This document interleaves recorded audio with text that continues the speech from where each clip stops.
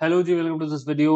तो इस वीडियो में हम लोग यूनिट 7 डिस्कस करने वाले हैं। यूनिट 7 जो कि फैमिली लॉ है। यूनिट 7 में क्या डिस्कस करने वाले हैं, तो इसमें क्या पढ़ना है, किस जगह से कितना पढ़ना है, हिंदू लॉ से क्या पढ़ना है, मुस्लिम लॉ से क्या पढ़ना है, क्या चीजें आती हैं, कौन सा एरिया इंपॉर्टेंट है, ये सारी चीजें हम लोग डिस्कस करेंगे। ठीक है। तो अब सबसे पहले तो मैं ये बता दूं कि यूनिट 6 तक यूनिट आपकी डिस्कस हो चुकी है। आप प्लेलिस्ट देख सकते हो, आई बटन, कमेंट और डिस्क्रिप्शन में आपको लिंक मिल जाएगा। ठीक है। आई वुड रिक्वेस्ट कि आप मेरा चैनल सब्सक्राइब कर लो, मेरा टेलीग्राम चैनल ज्वाइन कर लो और साथ ही साथ कमेंट में बता दो आपको मेरा एफर्ट कैसा लग रहा है, आपको क्या चाहिए वो आप मुझे बताओ, तो आपको वो वीडियोस मिलेंगे। मेरा बहुत ज्यादा मन है कि इस बार मैं पूरा अपना टाइम यूट्यूब को डेडिकेट करूं। ठीक है। सो अब मैं आपको बता रहा हूँ फैमिली लॉ में क्या क्या है। ठीक है, चलिए फैमिली लॉ से चालू करते हैं। तो फैमिली लॉ में आपको पता है हिंदू लॉ और मुस्लिम लॉ दोनों लॉ है। ठीक है। हिंदू लॉ की जब हम बात करते हैं, हिंदू लॉ, तो ये कोडिफाइड एरिया है।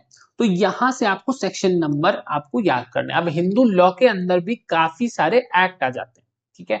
तो उन सारे एक्ट को आपको पढ़ना है। ठीक है। अच्छा, अब देखो इसमें क्या क्या है। सबसे पहले तो हिंदू मैरिज एक्ट की बात करें तो मेजॉरिटी पोर्शन आप समझ लो यहां से आएगा। अब हिंदू मैरिज एक्ट में आपको देखना है सेक्शंस कैसे पढ़ने हैं, डिटेल में पढ़ने हैं। डिटेल एज एन, अगर 13 के अंदर कुछ क्लॉजेस दिए हुए हैं तो आपको एक एक क्लॉज को पढ़ना है क्रोनोलॉजी में, क्योंकि वो आपसे क्रोनोलॉजी में पूछा जाएगा। समझ रहे हो बात को? मतलब कि आपको चीजें बहुत ही ज्यादा डिटेल में आपको पढ़नी है। ठीक है। सेक्शन नंबर में अगर कोई क्लॉज है तो उनको आपको अच्छे से पढ़ना है। उनके आपको केस लॉज अच्छे से याद करने हैं। ठीक है। सेक्शन 8 का केस लॉ आपको पढ़ना है, मतलब हर एक सेक्शन का केस लॉ वैसे तो पढ़ना है, पर 8 का इंपॉर्टेंट आपसे पूछा जाता है, सीमा वर्सेस अश्विनी कुमार, आपको पता होगा। तो अगर आपको ये देखना है कि क्या कहां से पूछा जा रहा है, तो आप पीवाईक्यू सबसे पहले तो देख लो। तो पीवाईक्यूज के जब केस लॉज देखोगे आपको पता चल जाएगा क्या इंपॉर्टेंट है क्या नहीं इंपॉर्टेंट है। वही चीजें मैं यहाँ आपको बता रहा हूँ, कुछ अपने मन से नहीं बता रहा। मैं पेपर सेट करता नहीं हूँ, मुझे पता है, क्योंकि पीवाईक्यूज मैंने एनालाइज करे, वो कर लो बैठ के। ठीक है। आप बुक उठाओ, मैंने आपको बुक भी बता रखी है कि आप ये सिंगल्स की बुक ले सकते हो, कोई बुक ले सकते हो। सिंगल वाले मुझे पैसा दे नहीं रहे, तो आप कोई बुक ले लो, बट सिंगल की मैंने ली थी, मुझे सही लग रही है। ठीक है। चलिए अब बात कर लेते हैं फैमिली लॉ में क्या क्या पढ़ना है जल्दी से। तो सेक्शंस आपको अच्छे से डिटेल में पढ़ने हैं, डाइवोर्स के सेक्शंस तक, डिसोल्यूशन ऑफ मैरिज के सेक्शंस तक। ठीक है। उसके बाद फिर हम लोग आ जाते हैं लैंडमार्क केसेस। तो देखो लैंडमार्क केसेस, इसमें आपको डिटेल में लैंडमार्क केसेस जो बहुत इंपॉर्टेंट केसेस है वो भी पढ़ने, प्लस कुछ रिसेंट केसेस जो आते हैं वो भी आपको पढ़ने पड़ेंगे। ठीक है। अभी जैसे एक गेम हुआ कि इसमें यूसीसी लिखा हुआ है। ठीक है। यूनिफॉर्म सिविल कोड भी आपको पढ़ना है। तो अब यूनिफॉर्म सिविल कोड के आपसे पूछ लिए गए शेड्यूल्स। ठीक है। तो अब ये सही था कि नहीं, मुझे लगता है कि ठीक है, जायज सा था ये। ठीक, क्योंकि यूसीसी आपसे उत्तराखंड में ही आया है, तो उत्तराखंड में ही आया है तो आप उस एक्ट को एक बार देख सकते थे। तो अगर आप देखते तो आप शायद शेड्यूल्स सही लगा पाते, पर इस बार तो दिख ही लेना। ठीक है। यानी कि उत्तराखंड में जो यूसीसी का एक्ट है उसके आपको शेड्यूल्स देख लेने। ठीक। तो मतलब शेड्यूल्स क्या मतलब, सारे सेक्शंस देख लेने एक बार, गो थ्रू कर लेना। इस बार वापस से रिपीट होने के चांसेस कम है, बट देख लो। चलिए अब ये चीज आपको समझ में आ गई। लैंडमार्क केसेस आपको देखने, लैंडमार्क केसेस कहां से मिलेंगे, पीवाईक्यूज अगर आप लगा लोगे आपको समझ में आ जाएंगे। आप देखो क्वेश्चन बहुत लगाने हैं, तो ये मत सोचना कि बस मैं पढ़ लूंगा हो जाएगा। क्वेश्चंस आपको लगाने पे पूरा फोकस करना है, दैट इज इट। स्ट्रैटेजी का एकमात्र पार्ट यही है कि आपको क्वेश्चंस अनगिनत लगा लेना है। ठीक। चलिए अब आ जाते हैं हम लोग adoption and maintenance. Hindu adoption and maintenance act आपको अच्छे से पढ़ना है। इसमें क्या है, इसमें ज्यादा आपको केस लॉज नहीं मिलेंगे, सिर्फ और सिर्फ आपको सेक्शंस पढ़ने पड़ेंगे। ठीक है। Adoption and maintenance act. उसके बाद फिर आप पढ़ लेना गार्जियनशिप। ठीक है। गार्जियनशिप एक्ट पढ़ लेना। आपको सक्सेशन एक्ट पढ़ना पड़ेगा अच्छे से। ठीक। इन सब में आपको सिर्फ सेक्शंस और थोड़े बहुत कॉन्सेप्ट्स को अच्छे से पढ़ना है। ठीक है। कुछ बहुत कॉन्सेप्ट है इसके अंदर जो आपको अच्छे से पढ़ने पड़ेंगे। ठीक। चलिए अब सेक्शंस होते हैं और इसमें केस लॉज कुछ बहुत आएंगे जो आपको मिल जाएंगे पीवाईक्यू से, बाकी केस लॉज यहाँ ज्यादा है नहीं, यहाँ पे ज्यादा सेक्शंस ही है। ठीक। उसके बाद फिर हम लोग आ जाते हैं मुस्लिम लॉ से। ठीक।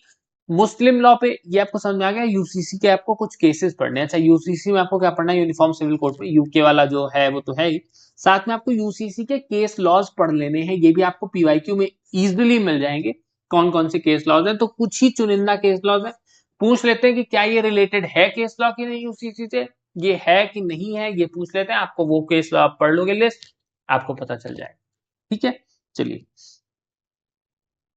मुस्लिम लॉ हो गया। अब इसमें मुस्लिम लॉ की बात कर लेते हैं। मुस्लिम लॉ में क्या इंपॉर्टेंट है, तो देखो यही सब कॉन्सेप्ट जो मैंने अभी यहां डिस्कस करे, वही सारे कॉन्सेप्ट आपके मुस्लिम लॉ में भी है। कोडिफाइड नहीं है चीजें, कोई बात नहीं, इसमें आपको सेक्शन नहीं पढ़ने, बस कॉन्सेप्ट पढ़ना है कि विल दी जाती है तो कितनी दी जाती है। इस बार सुन्नी सिया में प्रॉब्लम आ गई थी कि सिया में क्या। देखो एक चीज मैं आपको बता दूं, उस क्वेश्चन में बहुत लोग ऑब्जेक्शन कर रहे थे, तो मैं आपको बता देता हूं बस कि आगे से आप याद रखो कि अगर आपसे कुछ भी मुस्लिम लॉ में पूछा गया और आपको नहीं बताया गया कि सुन्नी का पूछ रहे हैं कि सिया का पूछ रहे हैं, आप सुन्नी मानोगे। ठीक, बिल्कुल मान ही लेना है कि सुन्नी का पूछा गया। ठीक है, तो ये आपको प्रॉब्लम आगे से आनी नहीं चाहिए। अब उसके बाद फिर हम लोग आ जाते हैं, तो ये तो मुस्लिम लॉ की बात हो गई। मुस्लिम लॉ में क्या पढ़ना है, तो मुस्लिम लॉ में आपको types of marriage, types of marriage, ठीक, डाइवोर्स के सारे टाइप्स। या आप स्कूल्स वगैरह में मत जाना, उतने सवाल मैंने आपसे देखे नहीं, तो स्कूल्स में मत जाना आप। मुस्लिम लॉ के, हिंदू लॉ के आप स्कूल्स पढ़ सकते हो, मिताक्षरा दया भागा वगैरह। यहां आप मत जाना स्कूल्स में, हनबली और हनफी ये सब मत पढ़ना, इतना ज्यादा इंपॉर्टेंट है नहीं। ठीक, अच्छा, अब उसके बाद फिर टाइप्स ऑफ मैरिज हो गया, डाइवोर्स हो गया। अब मुस्लिम वुमेन एक्ट आपको पढ़ लेना है। ठीक है, Muslim women protection of rights on divorce act वाला जो है, वो आपको एक्ट पढ़ लेना है, उसके आपको सेक्शंस पढ़ने हैं। बहुत ज्यादा इंपॉर्टेंट सेक्शन नहीं है उसमें, कुछ बहुत ही सेक्शन है जो आपको पढ़ने हैं। ठीक, उसके बाद आपको सेक्शन 125 सीआरपीसी का जो था,